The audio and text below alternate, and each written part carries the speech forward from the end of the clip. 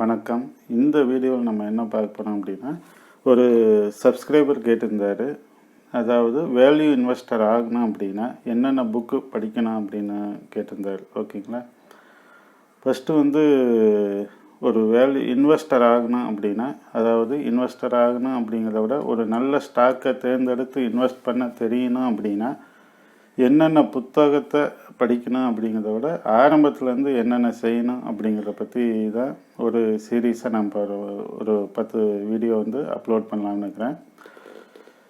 இதில் இன்னைக்கு நம்ம பார்க்க போகிறது நம்ம ஸ்டாக் மார்க்கெட்டில் இன்வெஸ்ட்மெண்ட் முதலீட்டாளராக வரலாம் அப்படின்னா முதல்ல நம்மளோட பணத்தை இழக்கக்கூடாது. நம்மளோட பணம் ₹1 கூட நட்டத்துக்கு போகக்கூடாது.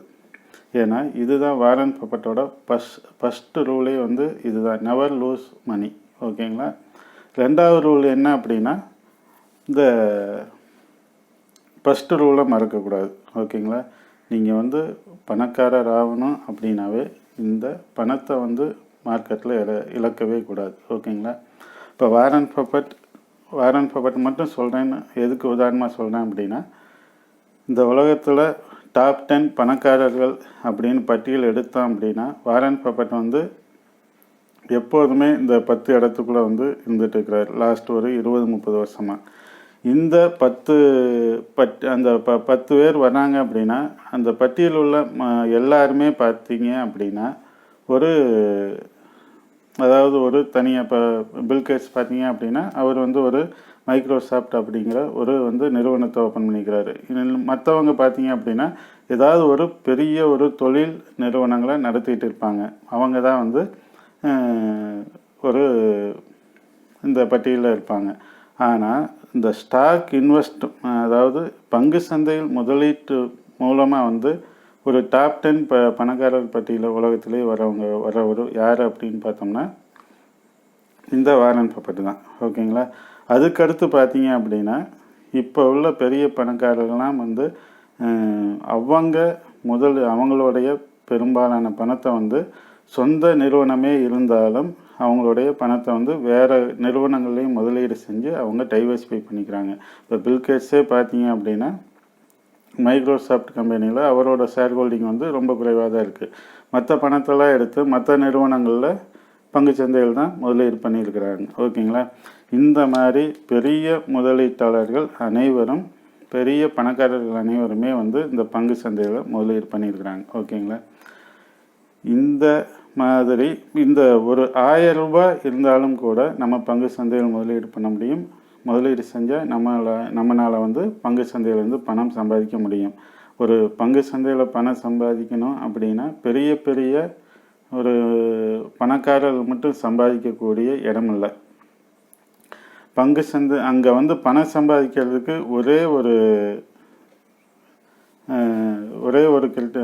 இது என்ன இருக்குன்னா அப்படின்னா நமக்கு அதை பற்றிய ஒரு அறிவு இருக்க வேண்டும், நாலேஜ் இருக்க வேண்டும். ஓகேங்களா. அந்த நாலேஜ் மட்டும் இருந்தால் மட்டும் போதும். நீங்கள் எவ்வளவு முதலீடு செய்கிறோமோ அந்த அளவுக்கு நம்ம பணத்தை தள்ள முடியும். இப்போ ₹1,00,000 முதலீடு செய்கிறீங்க அப்படின்னா வருஷத்துக்கு 20% ரிட்டர்னா ₹20,000 உதாரணத்துக்கு எடுக்க முடியும். இதே ₹10,00,000 முதலீடு பண்ணுறீங்க அப்படின்னா வருஷத்துக்கு 20% ரிட்டர்னா அதே ₹2,00,000 நீங்கள் லாபத்தை எதிர்பார்க்க முடியும். ஓகேங்களா. நீங்கள் எவ்வளவு முதலீடு செய்கிறீங்களோ அதுக்கு தகுந்த ரிட்டர்ன் எதிர்பார்க்க முடியும். ஆனால் உங்களுக்கு அதற்கான அந்த நாலேஜ் இருக்கணும். ஓகேங்களா. இப்போ பார்த்தீங்க வாரன் பஃபட் அப்படின்னு பார்த்தீங்க அப்படின்னா அவர் முதலே நிறைய அவர் அப்டேட் பண்ணிகிட்டே இருந்துக்கிறாரு. அதை பற்றிய இன்ஃபர்மேஷன், நம்ம பங்கு சந்தையில் செய்கிற தவறுகள் என்ன, அடுத்தடுத்து பங்கு சந்தையெல்லாம் என்ன பண்ணிகிட்டு இருக்கிறாங்க, ஏன் பணத்தை இழக்கிறாங்க, நம்ம எப்படி பங்கு சந்தையில் பணம் இழக்காமல் சம்பாதிக்கக்கூடிய வழிகள் என்ன அப்படிங்கிறது நிறைய விஷயங்கள் இதுக்கு மேலே இந்த வீடியோ மேலே நான் உங்களுக்கு சொல்ல போகிறேன். இந்த தொடர்ச்சியாக அந்த 10 வீடியோ நீங்கள் பார்க்குறீங்க அப்படின்னா இந்த 10 வீடியோவோட தொடர்ச்சி என்ன அப்படின்னா உங்களுக்கு ஓரளவு ஒரு ஐடியா கிடைக்கும். என்ன அப்படின்னா பங்கு சந்தையில் பணத்தை இழக்காமல் சம்பாதிக்கக்கூடிய ஒரு ஐடியா கிடைக்கும். அதுக்கடுத்து பார்த்தீங்க அப்படின்னா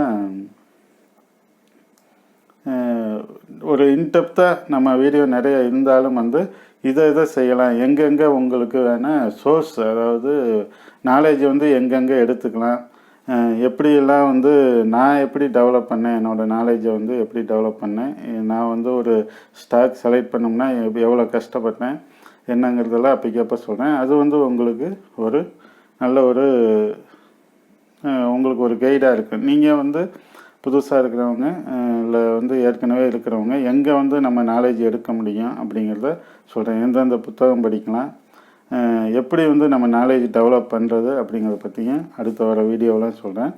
ஓகே, இது வந்து ஒரு இன்ட்ரோடக்ஷன் வீடியோ மாதிரி இருக்கட்டும். இந்த வரப்போகிற வீடியோக்குள்ளே என்ன நான் சொல்ல போகிறேன் அப்படின்னா, இது அந்த ஒன்று வந்து பங்கு சந்தையில் பணத்தை இழக்காமல், இது இன்வெஸ்டருக்கு மட்டும்தான் நான் சொல்ல முடியும். ட்ரேடருக்கு வந்து பங்கு சந்தையில் பணத்தை இழக்காமல் சம்பாதிப்பது என்பது மிக கடினமான ஒரு விஷயம். ஓகேங்களா? ஆனால் அதை உண்மை சொல்லி தான் ஆகணும். ரெண்டாவது வந்து ட்ரேடிங் பண்ணுறீங்க அப்படின்னா புரோக்கர் அதிகமாக தான் சம்பாதிக்க முடியும். புரோக்கர் தான் அதிகமாக சம்பாதிப்பாங்க. ஒரு சமயம் நம்ம நல்ல ஒரு ட்ரேடராக இருந்தாலும் ஒரு வருஷம் 2 வருஷம் ட்ரேடிங் பண்ணிட்டு கணக்கு பார்த்தீங்க அப்படின்னா நீங்கள் வந்து உங்களோட அக்கௌண்ட்டை பெரிய லெவலில் வளர்ச்சி பாதைக்கு கொண்டு போகிறது ரொம்ப சிரமம். இதே வந்து பங்கு சந்தையில் முதலீடு செய்கிறீங்க அப்படின்னா, நான் உதாரணத்துக்கு சொல்கிறேன், இதை வந்து சொல்லக்கூடிய உங்களுக்கு நம்பிக்கை அளிக்கும்காக தான் நான் சொல்கிறேன். டைட்டன்கிற ஒரு ஷேர் வந்து அனலைஸ் பண்ணும்போது சொன்னேன், வைபவ் குளோபல் அப்படிங்கிற ஒரு, ஆனால் நான் டைட்டன் வந்து அனலைஸ் பண்ணும்போது அதனுடைய காம்படிட்டர்ஸை நம்ம பார்க்கும்போது சொன்னேன், வைபவ் குளோபல் நல்லா இருக்குது, அது வேணால் விலை ஏறக்கூடிய வாய்ப்பு இருக்குது, ஆனால் அதை இன்டெப்த்தாக அனலைஸ் பண்ணலாம் அப்படின்ட்டு விட்டேன். அப்போதைக்கு அந்த ஷேர் வந்து பார்த்தீங்க அப்படின்னா 900 ரூபாயோ என்னமோ இருந்துச்சு. இன்றைக்கி இந்த வீடியோ ரெக்கார்ட் பண்ணும்போது நீங்கள் அந்த ஷேர் போய் பார்த்தீங்கன்னா தெரியும், அது வந்து 2000 ரூபாயா பக்கமாக ட்ரேட் ஆகிட்டு இருக்குது. ஓகேங்களா? கிட்டத்தட்ட ஒரு 6 மாதம் 7-8 மாதம் இருக்கும். 7-8 மாதம் இல்லை, அந்த வீடியோ போட்டு ஒரு வருடம், ஒரு 8-9 மாதம் இருக்கும். இந்த 9 மாதத்துலேயே பார்த்தீங்க அப்படின்னா அந்த ஷேர் வந்து டபுள் மடங்கு ஆகிருக்கு. ஓகேங்களா? அதே ஷேர் வந்து டைட்டன் சொன்னேன், அப்போ வந்து அந்த டைட்டனோட ஷேர் 1300 ரூபா இருக்குது. ஓகேங்களா? இந்த 1300 ரூபாயில் இருந்து டைட்டனில் நல்ல ஒரு நிறுவனமாக இருந்தாலும் இதை வாங்க வேணாம், ஏன்னா வாங்கினால் நம்ம வந்து விலையேறக்கூடிய வாய்ப்புகள் குறைவு அப்படிங்கிற மாதிரி நான் அதில் சொல்லியிருந்தேன். இப்போவும் இந்த வீடியோ ரெக்கார்ட் பண்ணும்போது நீங்கள் பார்க்கலாம், அந்த ஷேர் வந்து கிட்டத்தட்ட 900 ரூபா 1000 ரூபா இந்த மாதிரிலாம் குறைஞ்சிட்டு திரும்ப அந்த 1200லேயே இருக்குது ஒரு கிட்டத்தட்ட ஒரு வருஷத்தில். ஓகேங்களா? இது ஒரு உதாரணம். இதே மாதிரி ஜஸ்டைல் அப்படிங்கிற ஒரு நிறுவனம் சொன்னேன். ஓகேங்களா? அது வந்து 340 என்னமோ அந்த வீடியோ போடும்போது இருந்துச்சு. கிட்டத்தட்ட ஒரு 3-4 மாதத்துக்கு முன்னாடி தான் அந்த வீடியோ போட்டேன். ஓகேங்களா? அப்போ பார்த்தீங்க அப்படின்னா அந்த நிறுவனங்களுக்கு அதாவது போட்டிகள் அதிகமாக இருந்தாலும் வேல்யூவேஷன் வைஸாக ரொம்ப குறைவாக இருக்குது. அந்த நிறுவனம் வந்து அடுத்தடுத்து வந்து பைபேக் 2-3 வருஷமாக பண்ணிகிட்டே இருக்கிறாங்க. ஃப்ரீ கேஷ் ஃப்ளோ நிறைய பண்ணுறாங்க. அதனால் வந்து அந்த நிறுவனங்கள் வந்து அதோட வேல்யூ வந்து அதிகமாகிட்டே இருக்குது, விலை வேறக்கூடிய வாய்ப்புகள் இருக்குது அப்படின்னு சொன்னேன். அதுவும் பார்த்தீங்க அப்படின்னா டபுள் மடங்காக இருக்குது. ஓகேங்களா? அதுக்கப்புறம் சில நிறுவனங்கள் வந்து வேணாம் அப்படின்னு சொன்னேன், அதாவது கிட்டத்தட்ட ஒரு 1.5 வருஷம் இருக்கும்.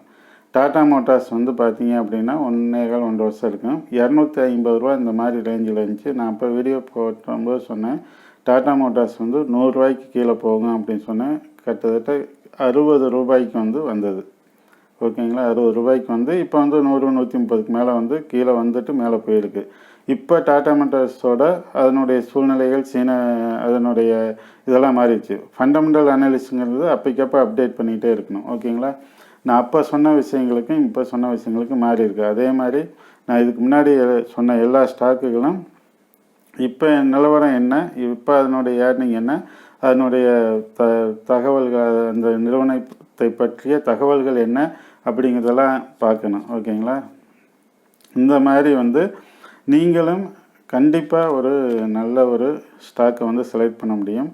ஃபண்டமெண்டல் அனலைஸ், அந்த வேல்யூ இன்வெஸ்டிங், இந்த மாதிரி நிறைய இருக்குது. இப்போ ஸ்டாக் பிக் பண்ணுறது அப்படிலே வந்து ஒரே ஒரு வேல்யூ இன்வெஸ்டிங் மட்டும் இல்லை, நிறைய இருக்குது. ஸ்பெஷல் சிச்சுவேஷன் இருக்குது, இந்த மாதிரி நிறைய இருக்குது. அந்த மாதிரி விஷயங்களை வந்து நிறைய பார்க்கும்போது நீங்களும் வந்து செலக்ட் பண்ண முடியும். நான் தெரிஞ்சுக்கிட்ட விஷயத்த வந்து கண்டினியூவாக சொல்கிறேன். ஓகேங்களா? இது வந்து இன்ட்ரோடக்ஷனாக இருக்கேன். அடுத்த வீடியோ பார்ப்போம். நன்றி.